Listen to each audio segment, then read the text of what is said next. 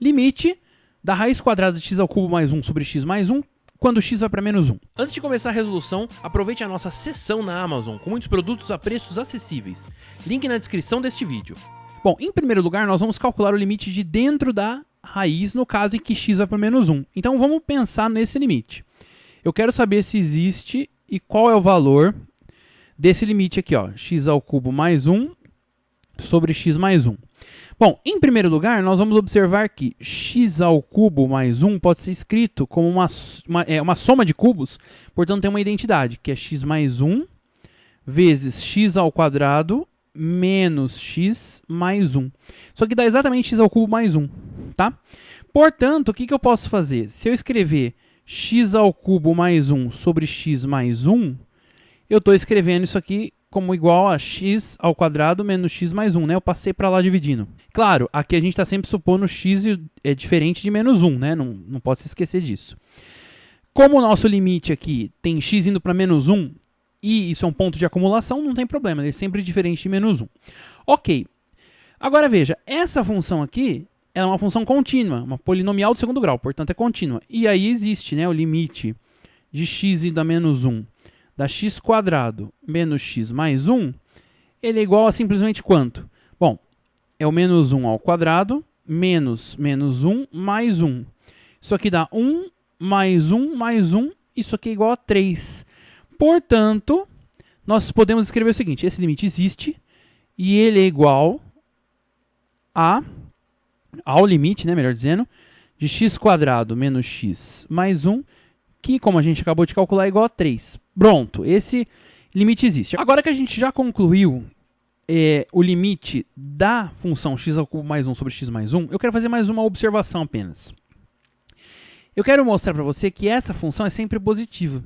Por quê? Olha só, vamos calcular o delta dessa função do segundo grau.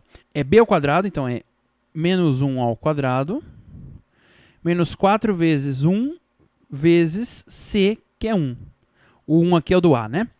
Isso aqui dá menos 3. Então, como o delta é negativo, essa função é sempre positiva. Por quê? Porque aqui na frente tem mais. Então, o gráfico dessa função, ele é mais ou menos assim, ó.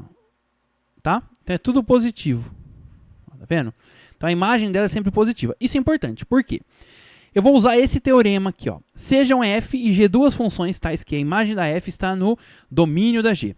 Se o limite da f, no caso em que x vai para p igual a L, e g de uma função contínua no ponto L, então limite da GOF, no caso em que x vai para p, é igual ao limite da g, no caso em que u vai para L. Vamos por partes. Quem que são as minhas funções aqui? Bom, aqui dentro, esse quociente é a minha f de x.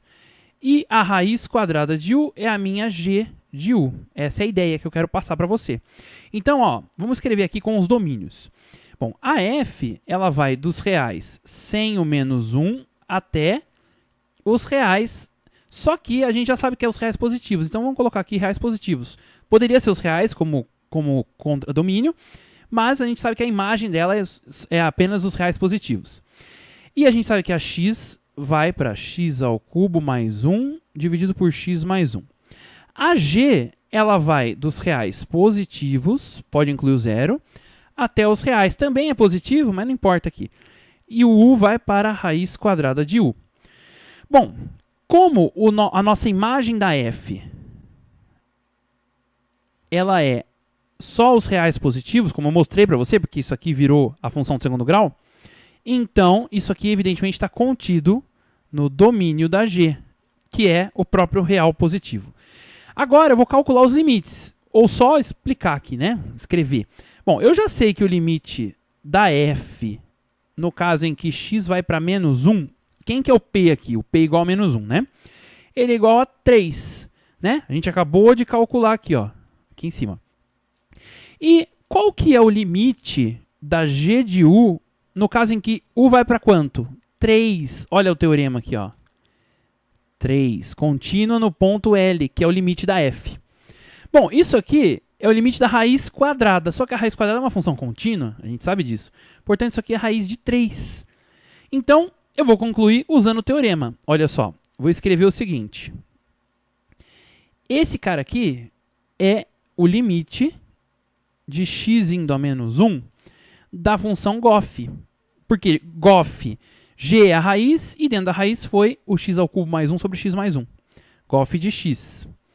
Isso aqui é exatamente o limite da u indo a 3, porque 3 é o limite da f, no caso em que x vai para menos 1, da raiz quadrada de u. Só que como ela é contínua, isso aqui é raiz de 3, e você concluiu o exercício. Portanto, o limite que nós temos aqui é raiz quadrada de 3, beleza? Pessoal, gostaram dessa aula?